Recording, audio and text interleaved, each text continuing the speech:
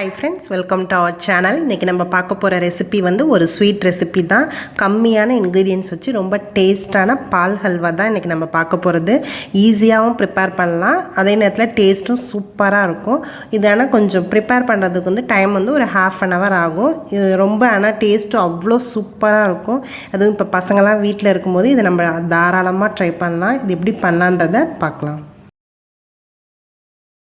இந்த ஸ்வீட் பண்ணுறதுக்கு நல்லா அடி கனமான பாத்திரமாக எடுத்துக்கலாம். நான் வந்து ஒரு டம்ளரில் தான் அளந்து எல்லாமே ஊற்றுறேன்.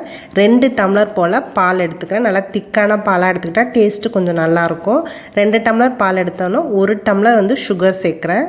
1 டம்ளர் வந்து நல்லா இனிப்பாகவே நல்லாயிருக்கும். 1 டம்ளருங்கும் போது 1/2 டம்ளர் வந்து கீ வந்து உருக்கி வச்சுருக்கேன், அது சேர்த்துருக்கேன். அது கூட வந்து 1/4 டம்ளர் வந்து ரவை.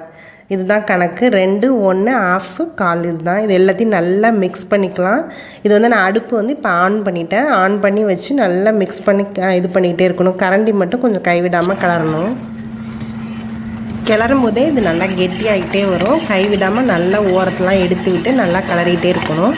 கொஞ்சம் கொஞ்சமாக இது திக்காகும்போது நம்மளுக்கே தெரியும். இந்த இப்போ பார்த்திங்கனாலே முன்னாடிக்கு நல்லா கொஞ்சம் திக்காகி வரும். இப்போ நல்லாவே திக்காகிடுச்சு. இந்த மாதிரி இந்த இப்படி எல்லாம் சேர்ந்து வரணும். அது வரைக்கும் நம்ம இதை கிளறிக்கிட்டு தான் இருக்கணும்.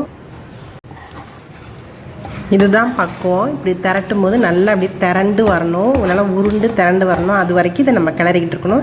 இது வந்து கரெக்டான ஸ்டேஜ். இப்போ வந்து நம்ம இதை நிறுத்திடலாம். டேஸ்டியான பால் ஹல்வா ரெடி ஆகிடுச்சு. இது சர்விங் பவுலுக்கும் நம்ம மாற்றியாச்சு. டேஸ்ட்டும் நல்லா சூப்பராக இருக்கும். இதை நீங்களும் உங்கள் வீட்டில் ட்ரை பண்ணி பாருங்கள். என்னோடய வீடியோஸ் எல்லாத்தையும் பாருங்கள்.